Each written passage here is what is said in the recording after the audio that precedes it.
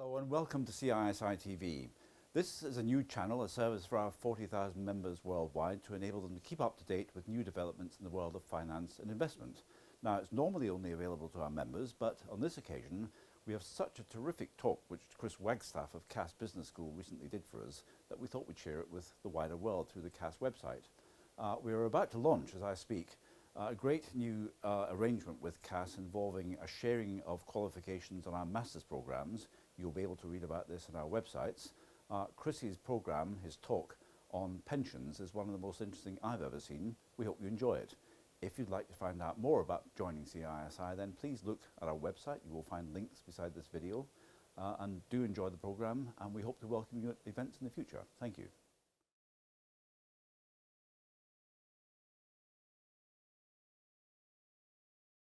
Ladies and gentlemen, good afternoon and welcome. As I think some of you know, my name is George Littlejohn from the CISI.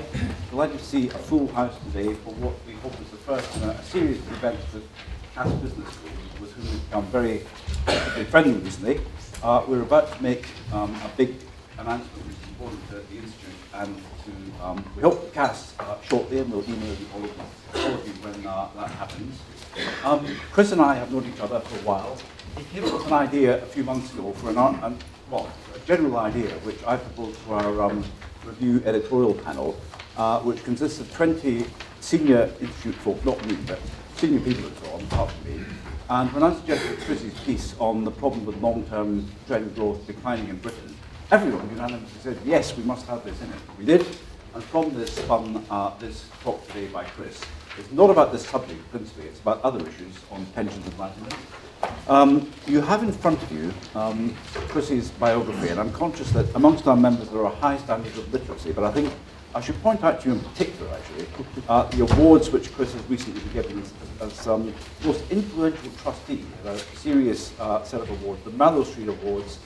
It sounds slightly light-hearted, but for those of you who know the industry, Mallow Street is a very important set of awards. He was also voted one of the top 100 most influential people in institutional investment in an asset international survey. He is a visiting fellow here, and he runs a number of programs here with which we hope to be involved. He's got 25 years experience in the business, so you'll see at the bottom that he's a very keen cyclist. What you won't see on here is a very important fact I've just found out, which is that Chris has got the first 2 Pink Floyd albums in vinyl, which makes him a seriously important person. So welcome, Chris. Thank you. Okay, thank you very much, George. I feel a fair bit of pressure on my shoulders now this afternoon. Welcome to CAS Business School, everybody. Probably feels like being back at college, sitting around this particular room. Thank you very much for the introduction, George. As George said, this afternoon we'll be looking at the UK pensions problem, the structure of the pension system, and future challenges. Probably best to start with the pensions problem. Ultimately, the pensions problem is one of the, if not the biggest socio-economic problems that we currently face today. It's very much a developed as opposed to developing economy problem, at least at the moment, in as far as most Western governments are struggling to find a pensions mechanism that's both affordable and one that will allow its populations to retire comfortably as opposed to just survive. So that's a big problem that most of these governments are struggling with. Now, I could just stop there and say, well, that's the problem, you know, there's no solution. But we're probably best to look at this in a little bit more depth, look at some facts and figures, and then to finish off by looking at the future challenges and ways in which we can perhaps address those challenges. So this chart here, I think, quite usefully sums up the global pensions problem in as far as it looks at the liabilities or the pensions payable for those government and company-sponsored pension schemes that are funded, i.e. that have a fund of assets that underpin those liabilities or pensions payable. And since 1998, those liabilities, for various reasons, have grown by well over 100%. But the reason why we have a problem is because the assets that underpin those liabilities are worth a little over half that sum. And that means we currently are looking at a global pensions funded industry that has a funding ratio of about 75%. Now, if you look at this from a UK perspective, and admittedly this chart is not directly comparable because it only looks at those company-sponsored UK pension schemes that are funded, But at first sight, with a funding ratio of 85% as opposed to 75% in the previous chart, it looks as if we didn't have such a big problem compared to the rest of the world.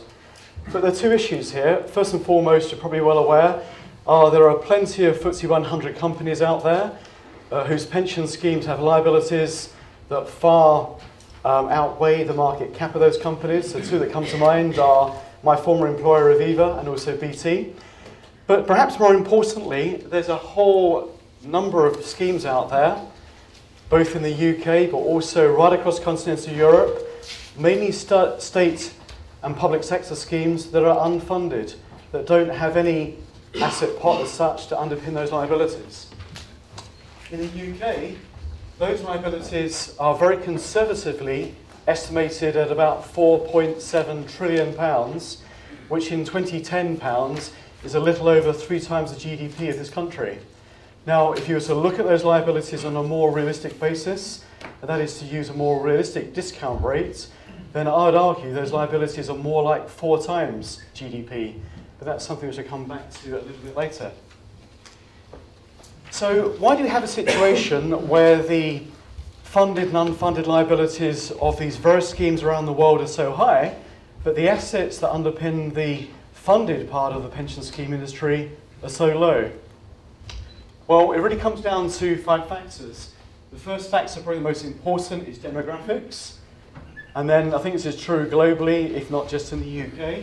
Overly generous state pensions with very low state retirement ages, very poor risk management, very poor equity returns, and we'll look at the importance of equity returns in just a moment. But something else that's very important is the reluctance to save, and this is very much an Anglosphere problem. What I mean by Anglosphere is looking at Canada, the States, the UK, Australia, and New Zealand. So I want to look at each of these factors individually that amount to this pensions problem. So starting off with the first factor, looking at demographics, the first of those issues is longevity. Lots of facts and figures that you've no doubt been inundated by. These are some of they. Over the last 60 years, globally, people are living longer by about 20 years or so. Now that tends to vary from country to country. So you can go from one extreme, Afghanistan, at 47 is the average rate of life expectancy at birth, right through to Japan at 83, and the UK is at the top end at 80 years old.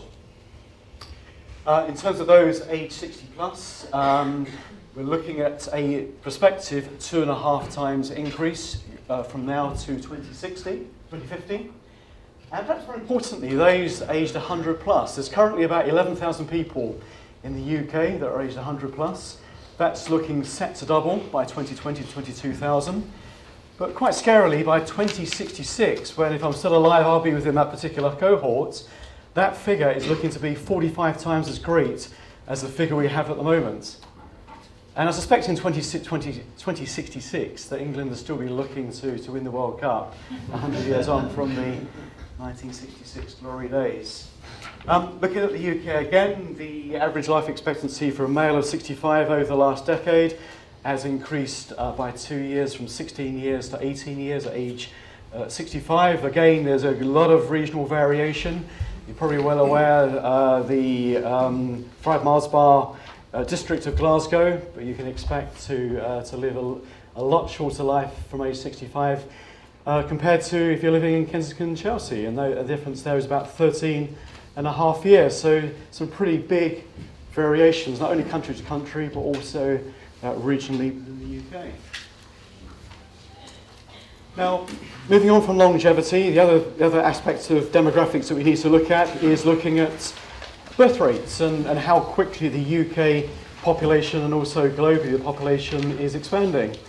Now, you're probably well aware that in October 2011, the world economy allegedly had 7 billion people on the Earth. But most importantly, if you look at these numbers, the rate of growth at which the population is growing has slowed quite considerably. So if you were to go back to 1959, when the world population was 3 billion, it would have taken 15 years to 1971 for that population to grow by a third to 4 billion. But it took 21 years for the population to grow from 5.25 billion in 1990 to 7 billion in October 2011. And that is because of a slowing birth rate, a much slower or much lower fertility rate. Just looking at the experience of the UK, I mean, some of these points in this chart are quite telling. There have been 4 birth spurts in the UK since the 1930s. In the 1930s, we had a very, very low or very modest fertility rate. That's a point I'll come back to very, very shortly. But during the baby boom years of the early 40s to the mid-1960s, we had 2 peaks. One was in 1947, when the birth rate was 1 million births in 1947. And then 1964-65 was the next peak in the baby boom, 1.05 million. At that particular point in time, the fertility rate per woman was 2.95. That's a pretty important number if you just remember that particular figure. We then had a bit of a drop in the birth rate, 1966-1979, and that particular demographic is known as Generation Y. And it wasn't until the Thatcher years when we had Generation X, beg your pardon. It wasn't until the Thatcher years of 80 through to early 90 when we had Generation Y that the birth rate picked up, and we had another birth spurt that peaked in the early 1990s. It wasn't then until we had the 4th group, the millennials, which is not listed on this chart, but should be on your handouts, that growth started picking up again. And here we are in 2013 with the growth rate picking up, but the fertility rate is still way, way below those peak years in the baby boom era. 2.95 then, 1.95 now. So you can see the problem that we're facing demographically. Now, if you take rising longevity and a falling birth rate, that results in 2 things. The first thing is that you have a falling median age, and in 2010, the median age in the UK was a shade under 40. But perhaps more importantly, we have a rising old age dependency ratio. What I mean by that is by looking at the percentage of those in the UK who are aged 65 plus, comparing that to the percentage who are aged in the economically vital 15 to 64-year-old cohorts. Now, this problem of rising old age dependency ratios as a function of rising longevity and falling birth rates is very much an old Europe and old Asia problem. And what I mean by that is if you look at Japan, for example, in 2050, that old age dependency ratio will be about 75%. What that means is that for every 4 people working, there'll be 3 people retired. And that is quite a big issue. That really leads me on to a couple of strands around this problem. In the UK, I mentioned it a bit earlier, we've had very few pensioners over the last 20 years because we had a very, very low birth rate in the 1930s. But obviously with the birth rate picking up in the mid-40s and coming up very shortly, the mid-1960s, that's going to mean from here on we're going to have demographic headwinds, i.e. for the next 30 years or so we're going to have to battle against those higher fertility rates in the 40s, 50s and very soon the 60s compared to the much lower fertility rates that we've experienced in the post-baby boom period. So those demographics are going to be working against us as opposed to for us, which has been the case up until very recently. Another thing we need to take account of is that Mercer and the International Labour Organization annually produce a report that looks at their economically vital 15 to 64 cohort. And it shows that between 2012 and 2020 in the UK, that cohort is going to fall by about 2%. It's not only going to affect us, it's going to affect the States. They're looking at a 2% drop in that age group, and also China. And there are very few countries out there that are going to experience an increase in that particular group. A couple that come to mind are India and Brazil, but most countries are going to experience a drop in that particular cohort. But all is not lost. That article that George referred to that was in the Securities Institute Review suggested that there's every possibility that by 2040 the UK will become Europe's most populous nation, overtaking Germany. And the reason for that is because of immigration. And because we're attracting young immigrants, that means that can ultimately lower that old age dependency ratio, such that it's estimated that by 2050, the problem that we're going to face will be nowhere near as high as Japan, and certainly nowhere near compared to most of our economic competitors. So we're looking at a 40% dependency ratio in 2050. That means for every 2.5 people working, there'll be 1 person retired. Okay, so all is not lost on that particular front. So we've looked at the first factor that's causing this pensions problem. The second factor is the fact that given these demographics, you can argue that state pensions, not only in the UK, but certainly within continental Europe and the Nordics, are overly generous. They take up a huge proportion of GDP. Not only that, most state pension systems have failed to keep track of longevity improvements. So an extreme example of that is if you go back to the late 19th century in Germany, when the state pension was first introduced, the average German used to live until their late 40s, but the state retirement age was fixed at 65. Fast forward to 2013, the state retirement age is still fixed at 65. If that state retirement age had kept track of longevity, that state retirement age would be something like 95 by now. Now, the thing is that pretty much every continental European nation is pushing very, very hard to try and link state retirement ages to longevity. There's been a lot of public resistance, but slowly but surely countries are getting there, but it is a very slow and tortuous path.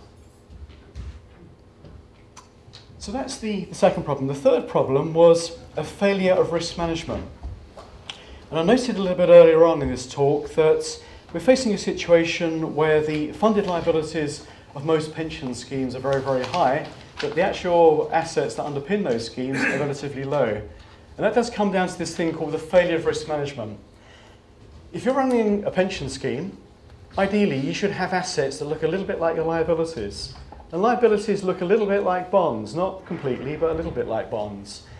But the problem is that this chart looks specifically at the UK, but if you look at the Anglosphere, as I say, if you're looking at Canada, the States, the UK, Australia, and New Zealand, and those countries account for roughly 75% of the assets of the pension system, there's been this reluctance to move away from equities.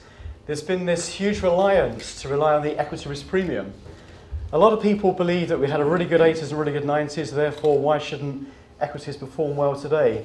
Despite the fact that we face very, very low bond yields, and those bond yields tell you something quite prospectively about what's going to happen to the economy and therefore what's going to happen to investment returns. But there's this huge reluctance to invest in bonds.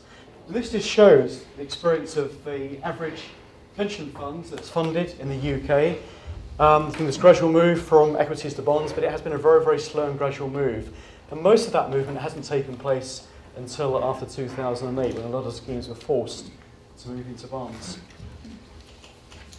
Now, as I say, because of this failure of risk management, and despite the recent upturn in equities, most schemes find themselves in a pile of state, because if you're looking at bond-type liabilities, well, this is how bonds have performed 1999 to 2013, that's the bonds area, done pretty well. If you look at lackluster equities, despite the recent bull run, trailing way, way behind. There's looking at both domestic equity performance and also international equity performance. Now, as I say, there has been this gradual move away from equities into bonds, but most of the Anglosphere is still very much heavily into equities. Now, I find this quite surprising because not only in the UK, but right across the globe, a new pension standard was introduced in the early to mid-noughties.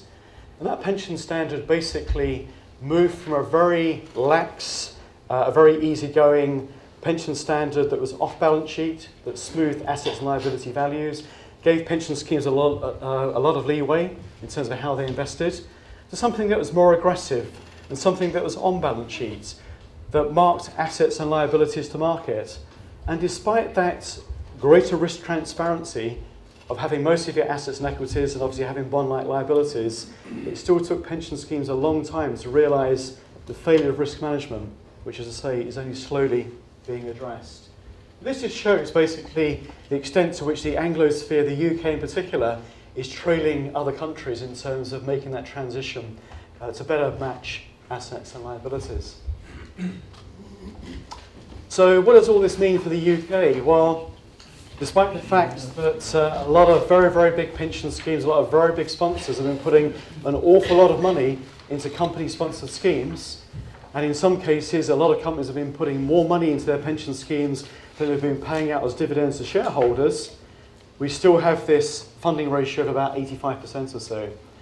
In fact, over the last 5 years, pretty much every single penny that's gone into pension schemes has been wiped out by virtue of the fact that long-term interest rates have fallen so dramatically, and there's been this unhedged, largely unhedged, asset liability position.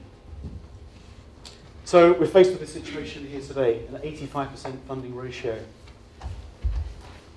So we looked at the first 4 factors as to why we have a pensions problem, globally to a degree, but more specifically in the UK. Let's move through to the final strand of the 5th factor, and that's the reluctance to save. This chart shows the household savings ratio in the UK. It shows that the savings ratio has improved quite considerably since 2008. But at about 8%, it's still lagging where we used to be in the late 80s, early 90s, somewhere in the region of 10 to 12%. People are not taking on board that the investment environment has changed. People think that putting a little bit in their pension every month is sufficient. They're not taking into account that investment returns have fallen quite considerably. They're not taking into account that low long-term interest rates are telling us something about future growth prospects in the world economy and therefore future investment returns. They're not taking into account that this means ultimately lower annuity rates. They're not taking into account the extent to which longevity is improving and will probably continue to improve. They're not taking into account the greater reliance on pensions that come without guarantees, a point that I'll come back to in just a moment. Now, one fact I found quite startling is some research came out a short while ago from BlackRock, and that suggested that the average 25 to 34-year-old is only 12% of 25 to 34-year-olds are saving within their pensions, a mere 12%. So the savings aspect is a real problem. How do we get people to save into their pensions? So having looked at the pensions problem, I now want to move on to looking at the structure of the UK pensions industry, before then moving on to looking at some stats around the type of schemes that are used in the UK, and then moving on to looking at the future challenges that exist. So I think first and foremost it's helpful to actually look at the UK pensions industry in the context of the global industry. The UK pensions industry is the 3rd largest after the US and Japan. It represents 9% of about 30 trillion of global pension assets. That 30 trillion is about 42% of GDP, so the pension market is pretty big. Another useful chart to look at is just looking at the compound growth rates of assets that have been accumulated within the industry. Those assets accumulated rely on 2 things. First of all, the contributions that are coming into the industry, but also the price movements, i.e. how those contributions are invested, and obviously the price movements and the income and other things that are generated as a result of those investments. In the UK, over the last 5 years, the growth rate has been about 5% compound per annum. Over the last 10 years, it's been somewhere in the region of 10%. But as you'll see from a number of these bars, there have been some growth spurts in recent years in quite a few of these economies. The third and final indicator that's quite useful to look at the health of the pension system is to look at pension assets as a percentage of economic output, or GDP.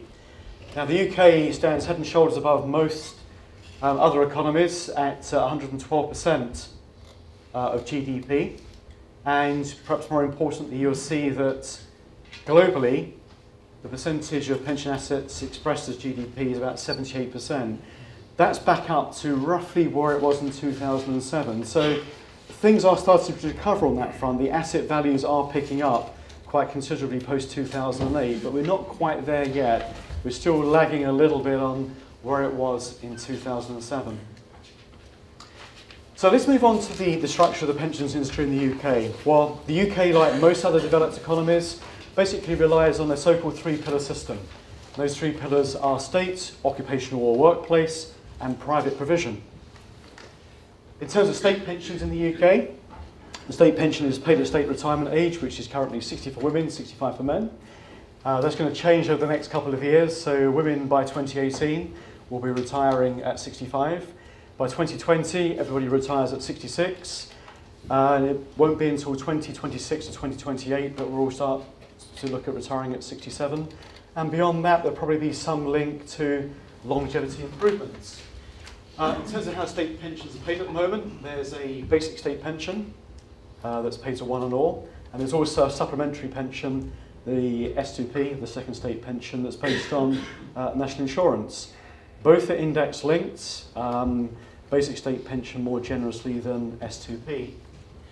Now, the big thing that came out of George Osborne's budget on the pensions front is we've been moving away from that system to a very, very simple, hopefully-ish, flat rate system in April 2016, where everybody receives £144 a week, as long as you've paid your 30 years of national insurance, which will be easier for some than others, because some people have been within contracted out schemes, some haven't. But perhaps most importantly is this thing here, the fact that state retirement age will be rising, as I just mentioned. And increasingly we're seeing that globally, slowly but surely, some sort of link to longevity improvements. In terms of state pensions in payment and the future expected value of pensions to be made, that's conservatively valued at about £3.8 trillion. Now, moving on to occupational or work-based schemes and also private provision, you can really chop up the industry in several ways. The first way is to look at occupational pension schemes and say, well, they can be chopped up into those that are private sector sponsored and those that are public sector sponsored. Public sector sponsored schemes are all defined benefit or salary based, which means that when you retire, that retirement is based on your salary and also based on your length of service. All the risk with public sector schemes lie with the employer, not with the employee. And all these schemes are trust-based, in as far as you have a trustee board that oversees the scheme to ensure that everything runs as it should do. In terms of the private sector, up until very recently, was predominantly salary-based, defined benefit-based, increasingly moving away from that model to defined contribution, when all the risks, both in accumulation and deaccumulation phases, rest with the employee. Most private sector schemes are trust-based, but gradually as we move over to defined contribution, and particularly moving over to what are known as group personal pension plans, which is a very, very big part of the DC space, those particular schemes are not trust-based. In terms of how these schemes are funded, pretty much all public sector sponsored schemes are unfunded. They don't have a pot of assets to back up the liabilities. There are some funded schemes that are principally unfunded. In the UK, private sector schemes that remain salary related are funded, again to a degree, mainly underfunded. So that's looking at occupational schemes. Then you have the personal schemes, and the personal schemes are basically very, very similar to private sector company sponsored schemes. The employee face pretty much the same risks in accumulation and deaccumulation, but you don't have any employer involvement. It's purely down to the individual as to how much they contribute and how they want to invest those monies. In terms of how public sector assets compare to private sector assets, probably is no surprise given that most public sector schemes are unfunded. Private sector assets outstrip public sector assets, the ratio of about 9-1. So very, very briefly, let's look at each of these schemes, how they're structured. Well, first of all, looking at public sector defined benefit schemes, as I mentioned before, most of these schemes are unfunded, and that will comprise schemes like the civil service, the uniformed services, the teachers' pension scheme, etc. And then you have the funded schemes, such as the scheme that looks after this university superannuation scheme, the second largest funded scheme in the UK, and then the local government schemes, of which there are 99 regional and 34 London-based. In terms of the benefits that are provided, most public sector schemes pay an accrual rate of 1/80th, and then 3/80ths as tax-free cash. But things are changing.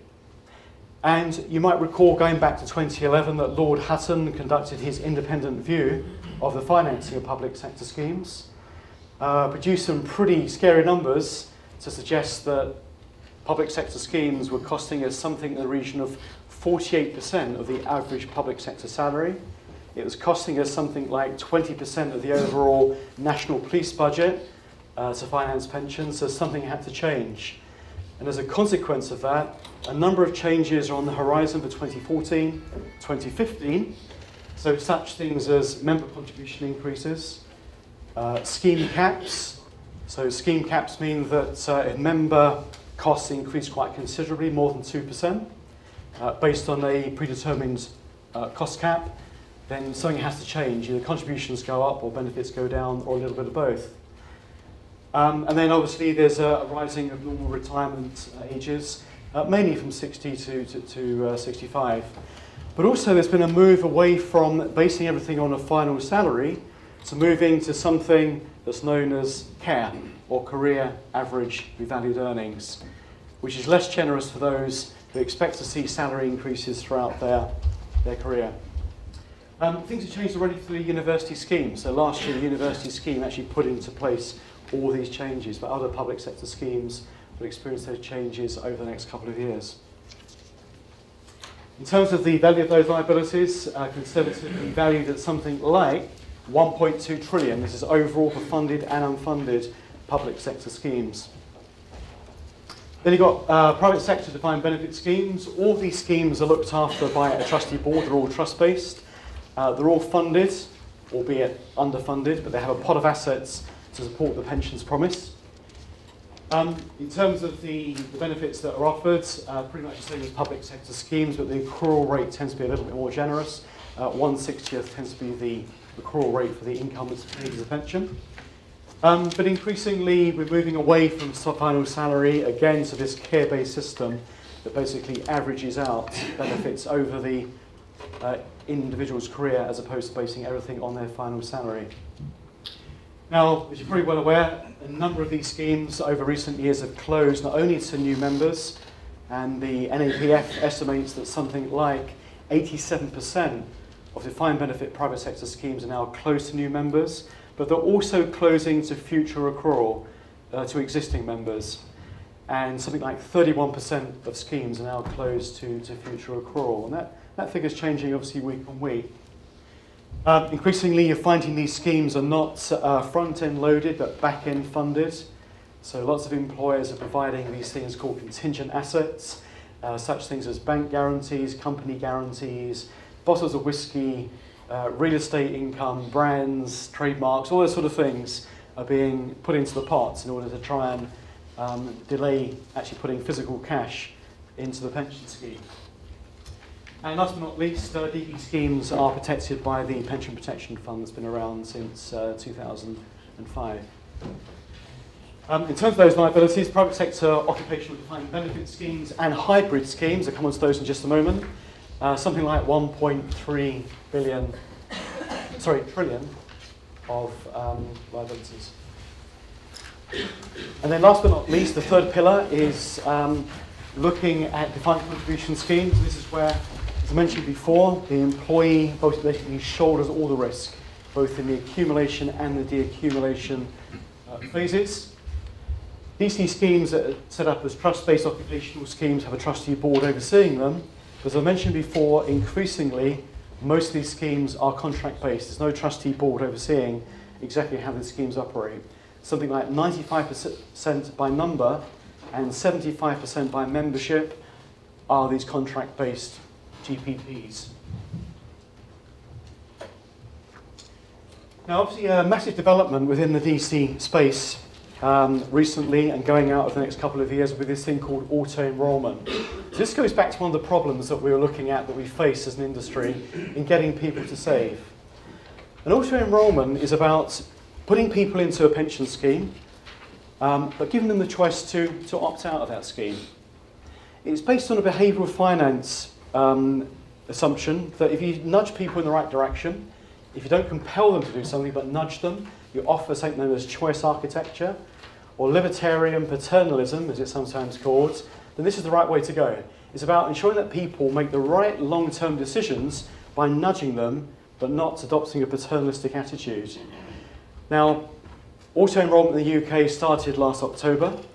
There are something like 11 million lower and middle income individuals who are not currently within an occupational scheme. It's those individuals who will be put into an auto-enrolled scheme, and that auto-enrolled scheme will be provided by something like 1.2 million employers. Now that scheme might go into an existing defined contribution scheme that's offered by the employer, or it might go into a new individual scheme offered by that individual employer, or perhaps more probable, it will go into a large collective industry-wide defined contribution scheme.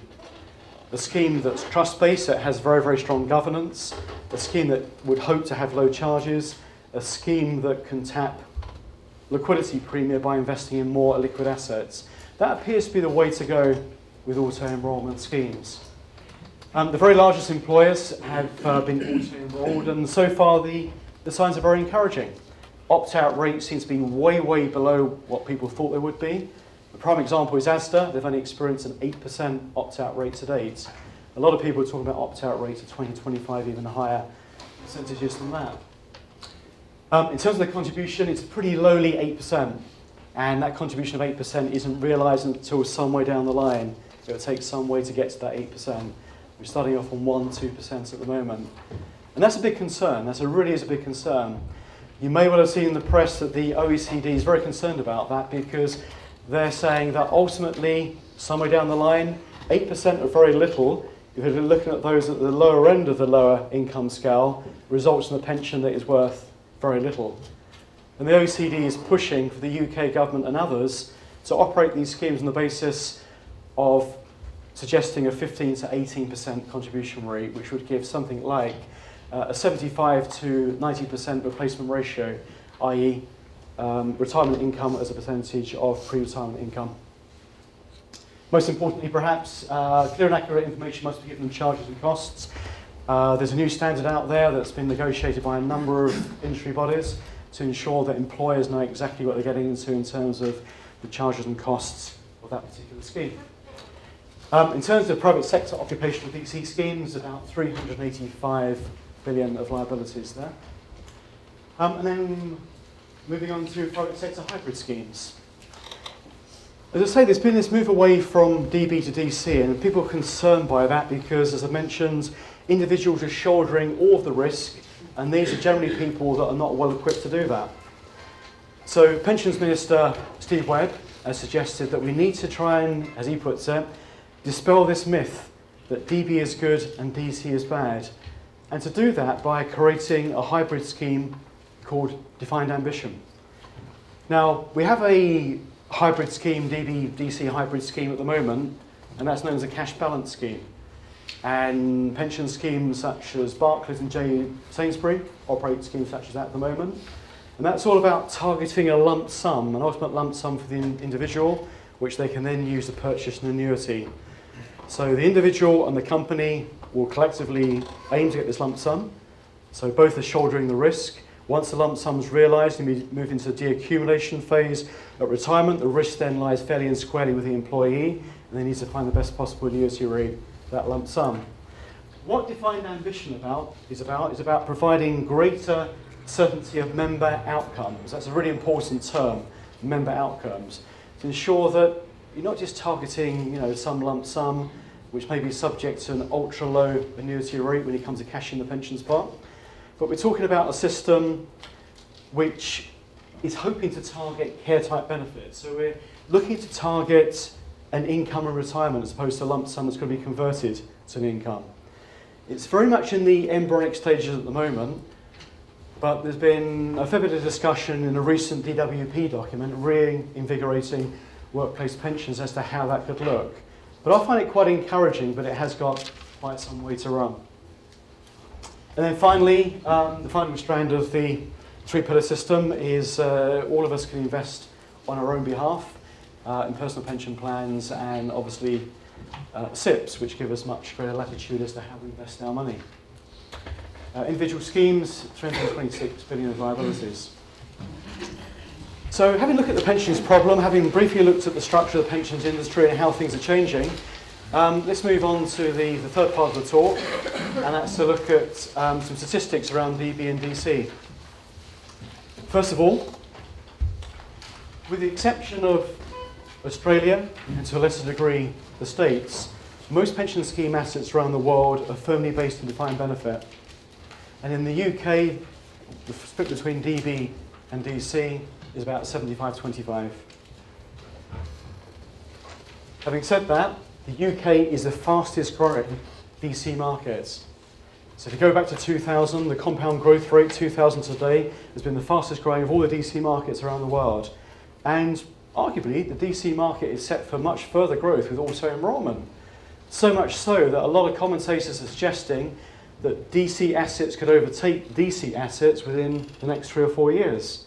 The problem is the industry hasn't really prepared itself for that.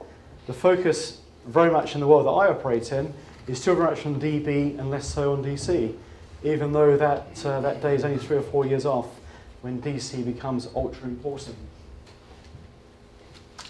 Looking at some statistics, DB and DC in the UK, there's about 9,000 DB schemes in the UK, about 34,000 DC schemes. There's about a 1/5, 4/5 split. As I mentioned before, of those 34,000 DC schemes, the vast majority are very small and they're contract-based. They don't have a trustee board to oversee them. This table, I think, is quite alarming. This table looks at how the membership of occupational schemes has changed over time in both the private sector and public sector. What's alarming, but it's not noted on this particular chart, this table, is that membership of occupational schemes is now lower today than it was in the 1950s. Even more alarming is this number here, 8.3 million. That represents the number of active members in occupational schemes in 2010. In 2010, the working population was a shade below 30 million people. So less than a third of working people in 2010, this has deteriorated since, are investing in occupational pension schemes. Not only that, what you also see is that active members in public sector schemes has been increasing gradually over time, but within private sector defined benefit has been declining quite markedly. And that's despite the fact that really big schemes like the University Superannuation Scheme, the Bank of England scheme, the Post Office scheme, and a number of others have actually been reclassified from public sector to private sector. Despite that reclassification, private sector schemes have fallen quite considerably, public sector membership is increasing dramatically. Again, another big issue is that as we move away from defined benefit and move to defined contribution, is the amount of money that's going into defined contribution schemes compared to the old world order. Less than half the contribution rate of DB goes into DC. And that rate of contribution, about 9%, is the average contribution that goes into a trust-based DC scheme, about 7.5% into a contract-based scheme, has remained the same since 2010. It hasn't increased at all. Even though interest rates keep coming down, investment returns keep coming down, annuity rates keep coming down, people don't realise that all those things are working against them. They need to invest more into their pensions. When you ultimately come to cash in your pensions pot, moving away from the accumulation to de-accumulation phase, as I say, this is the picture that you're facing. In the last 20 years or so, annuity rates have more than halved. In the last 3 years, they've fallen by more than a fifth. As a consequence of falling gilt yields, as a consequence of rising longevity, as a consequence of gender-neutral pricing, which is quite a recent thing. In addition, about a third of people at retirement don't shop around for their annuity. They tend to go with a provider who they've been with during the accumulation phase. So taking all that on board, let's move on to the final section of this talk, and let's look at the challenges that exist for the UK pension system. Now, I think a good way to start this particular section is to look at this from an objective point of view. And the annual Mercer Global Pensions Index, I think, provides that objectivity. Mercer basically scales every pension system around the world and looks at how sustainable it is, how generous it is, how equitable it is, and factors such as that, and comes up with an assessment and then rates these schemes from A to E. The UK got a grade C+, which is not great, but there's lots of schemes that are much worse, but there's lots of countries that are much better. Denmark got an A, there's about 5 countries got a B or B+. We're lumped with countries such as the US and others. There are a couple below, but I always remember from school if I got a C+, I knew I wasn't doing particularly well. So there's probably scope to improve here. So what exactly are the challenges? What are the challenges were actually identified by Mercer, taking a wholly objective view? Well, these are they. The first 4 bullet points here have been considered in some detail by a paper that I mentioned a short while ago. That's the Department of Work and Pensions Reinvigorating Workplace Pensions paper. It was put out as a consultative paper as opposed to a consultation paper last year.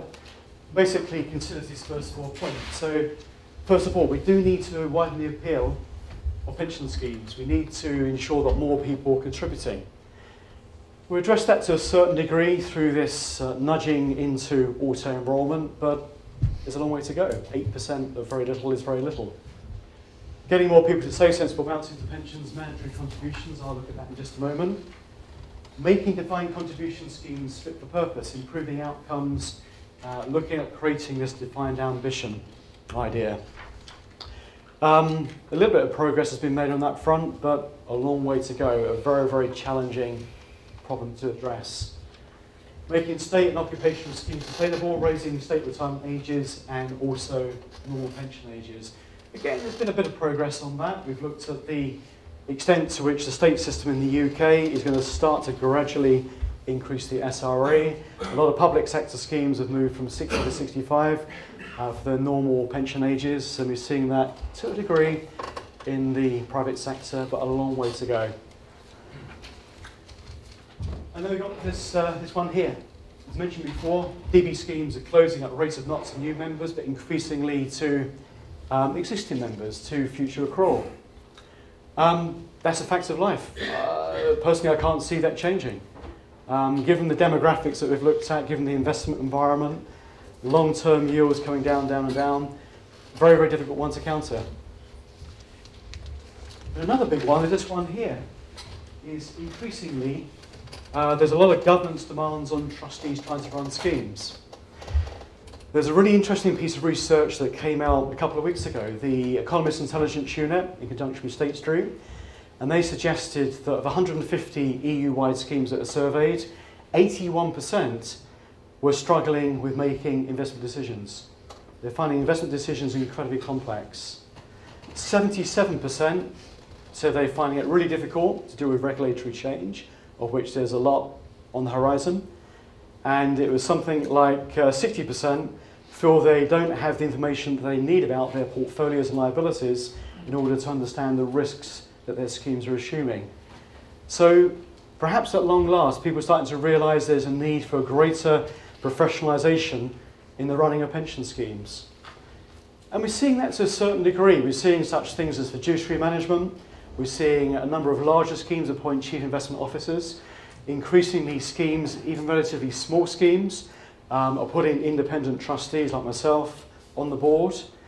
But again, there's a long, long way to go. If you compare how things are working in this country to, say, the Netherlands, still a very, very big challenge. And then, last but not least, let's look at trying to consolidate the 99 local government schemes, regional schemes that exist out there. The 34 London schemes are looking like they're going to be consolidated quite soon, but there's a very big job to do to make sure that the local government schemes perhaps are consolidated.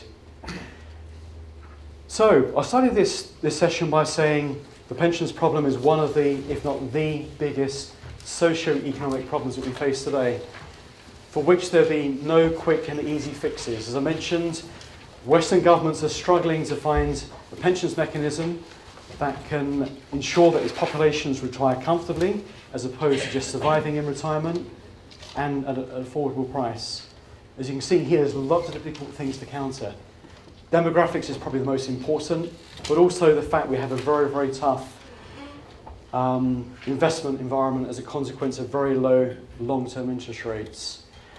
Could I offer a solution? If you were to push me and I was to give a quick-fire solution, based against the demographics and the investing environment, there are two things you can't fix very, very quickly or easily. So my own thoughts, you've got to be more paternalistic about this. Move away from the behavioural finance aspect, but just be paternalistic. You've got to have mandatory contributions, they're going to be much, much higher. People are going to have to face the fact they're going to be working longer. And probably an easy way to get around that is to keep raising that state retirement age so that people can actually anchor their own retirement around the increased SRA. And the end of the sermon. Thank you very much.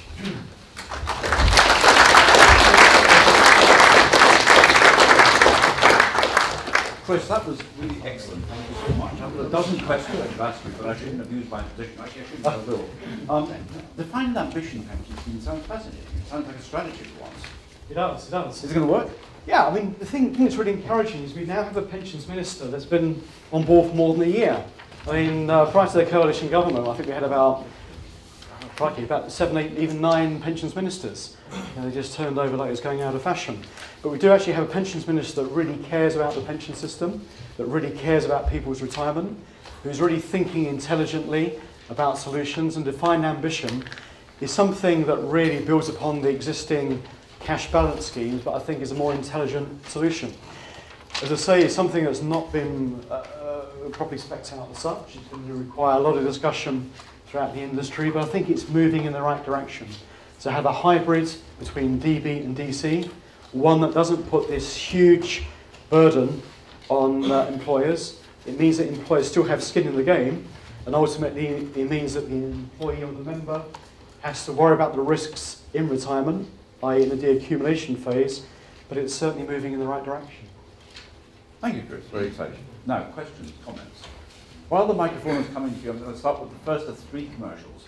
I should have mentioned that Chris, with Professor Andrew Clare from these hallowed cloisters, published fairly recently a Trustee Guide to Investment, published by Palgrave Macmillan, highly recommended, a must read. So, Thank you very much. I've got 2 questions, so you take your pick. And the first one is, what's your opinion of the Hutton report or the government's implementation of it? Mm-hmm. And the second question is, who's going to win the Tour de France this year? Probably the first is easier to answer than the second. First, I guess, so the second will be Chris Froome. I suspect that Bradley Wiggins is a case of being there, done it, got the T-shirt, don't have the enthusiasm. So quite possibly Chris Froome. I'm not sure if you're all cycling fanatics in here, probably not. Yeah. Chris Froome, everybody. Bradley Wiggins. Roberto Contador. I'd say Chris Froome probably. The Hutton report. A well thought out, intelligent piece of work, poorly executed. I think would probably be the summary that I'd make on that. Perhaps inevitably a lot of public resistance. A lot of people are saying, well, why me, why now? Been a lot of concessions within the public sector. Basically, those within 10 years of retirement are not going to be affected by these changes, which is the very cohort that you do want to make the changes to. That's the very, very expensive part of the system. So too many concessions? Far too many concessions, pretty much. That I could go on for quite some time, but that's pretty much it. Too many concessions. Yeah, it's been watered down considerably. Is it going to make much of a change? Well, the Centre of Policy Studies brought out a paper just before Easter, and they suggested, because of this watering down of Hutton's report, between the tax year 2012-13 to 15-16, the government's going to have to tap the taxpayer for 13.4 billion more in cash as a result of that watering down of Hutton than it would have done had Hutton's reforms been implemented in full. So, back to square one, pretty much. thanks, Chris. Second commercial, while I'm getting the microphone around here to Karen, is keep watching the new, much improved CISI TV under Jade's guidance up there. It's terrific, and it's getting better and better as the weeks go on. Karen. I'm Karen Davis. I was wondering, what are we going to do about these 24 to 35-year-olds? We're going to make them put more money into a pension scheme. They're paying off their student loans. They're supposed to be saving up for ever higher and higher, deposits on house. What are you going to do to persuade them that actually this is a sensible? And if you come out as a graduate, I know a few of them, good middle class, saving boys, 16,000 in the bank, no unemployment benefit. Yeah. Because So- we've got a government who likes punishing people for saving. Yeah, I mean, it's a fair point to raise. Especially young people. Yeah, this is true. I think it's always been difficult to get young people to save. I mean, I was a young person not too long ago, and I had other priorities. I didn't have to have university fees. All of us are young people, not so long ago. But yeah, you've always got other priorities. When you're young, you're looking to save up for your first mortgage and get married and things such as that. It's always been difficult. There have been a couple of initiatives. The DWP worked with a number of media companies and basically tried to promote saving via the Sun newspaper. They ran a scenario where they basically gave a number of people within that cohort very little to live on week, and told them to try and improve their priorities, and that didn't really go anywhere fast.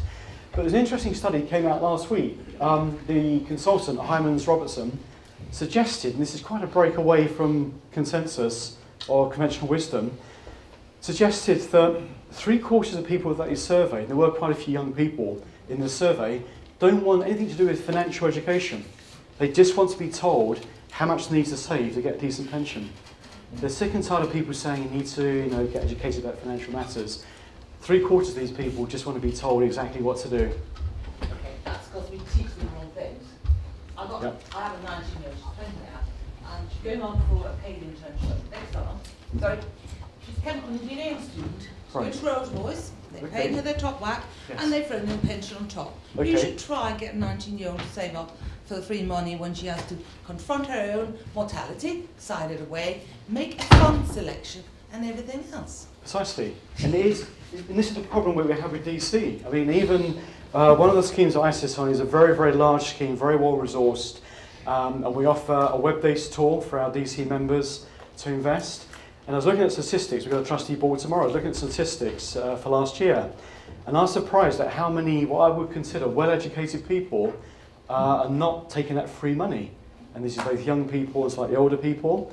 They're putting the bare minimum into the pension scheme, even though if they put a much greater percentage of their income into the pension scheme, they get proportionally more from the employer. And I was looking at the percentage of people investing in different funds, and again, these are people that are working for a large insurance company that has an asset management subsidiary, and the number of people that are investing in cash funds, that are investing in way outmoded equity funds, and even though they've got the tools there and they're told to use the tools, very few are.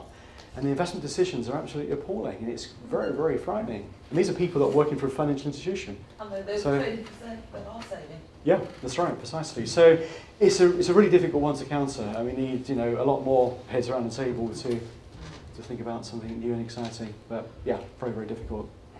What I'd recommend is that you visit the CISI website and buy a terrific book we published a few months ago called At Your Money, which is aimed at young people. We had a great session here about it a few months ago with some genuine, probably young people with great respect to us, talking about it. And actually there's a lot of optimism about people who were there that evening about how good young people are, much better than we were in our 20s perhaps, at looking after money. Sir? The student loan system takes care of that. Free. Hang on. How they lose Very their few questions. So, sir? Yes, thank you very much. You gave us a very good talk, but it was extremely Western-oriented. Yes. And you hardly touched on the Asian solution at all, No. which basically is you just never retire. You accept the fact that you never retire. And the phrase being used in the Western context is you join the ranks of the unretired, so you cease one and start another. So that's the first solution. The second is the organisation of the family groups whereby the young look after the old. Yep. And the third element is you just accept poverty. There's a very good set of points to In raise. Asia, it works fine. Yeah. There isn't a problem in Asia. No, sure. There's a very good set of problems to raise. One of my colleagues who's sitting at the back, who probably doesn't want to be identified, but my colleague Debbie runs a number of programs for our Chinese clients at the CAS Business School. And one of the modules that we run is actually looking at pension systems. And within that particular module, I do cover some of the Asian systems.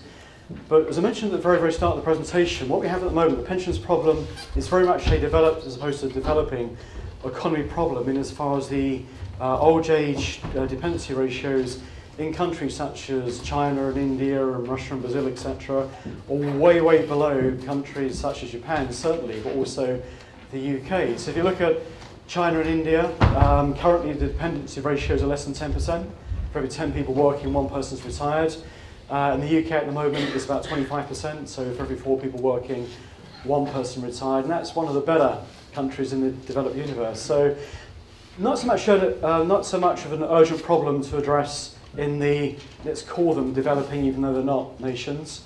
But yes, there is a greater focus on the family to look after those in old age, which we used to have a long, long time ago, and that appears to have disappeared. And that really raises a further problem in this country. It's not just about retiring, it's about what happens when we start to need care. because very few families step in. You just basically get put into. The Japanese solution there is you see ads in the paper for 70-year-olds to look after the old folks. Yeah, that's right. This is the thing. And we said, I said a little bit earlier, 2066 there'll be over 500,000 100-plus-year-olds in this country, which quite possibly ought to be one. So it is a big problem, not just the pensions problem, but what happens beyond that state. Good article in the FT yesterday suggesting, and this comes back to your point, because it's very, very difficult to save for a house deposit these days. A lot of children aren't leaving the family home until they're in their mid-30s, by which time their parents are of such an age that they need to be cared for. And these people may never, ever leave the family home, quite possibly. So, this... Yeah, well, yeah. So there's lots of demographic, there's lots of socio-economic problems that need to be addressed, apart from just that core pensions problem. Chris, this has been fascinating. My fourth and final commercial of the day is that there'll be an opportunity to discuss these subjects and many more at our annual conference, which is coming up in London on the 3rd of July, at which there will be a CAS presence. It's been a really fascinating day today. Thank you, Chris. We hope you'll do it again for us. Thank you very much. And thank you all for coming. Thank you. Okay, thank you.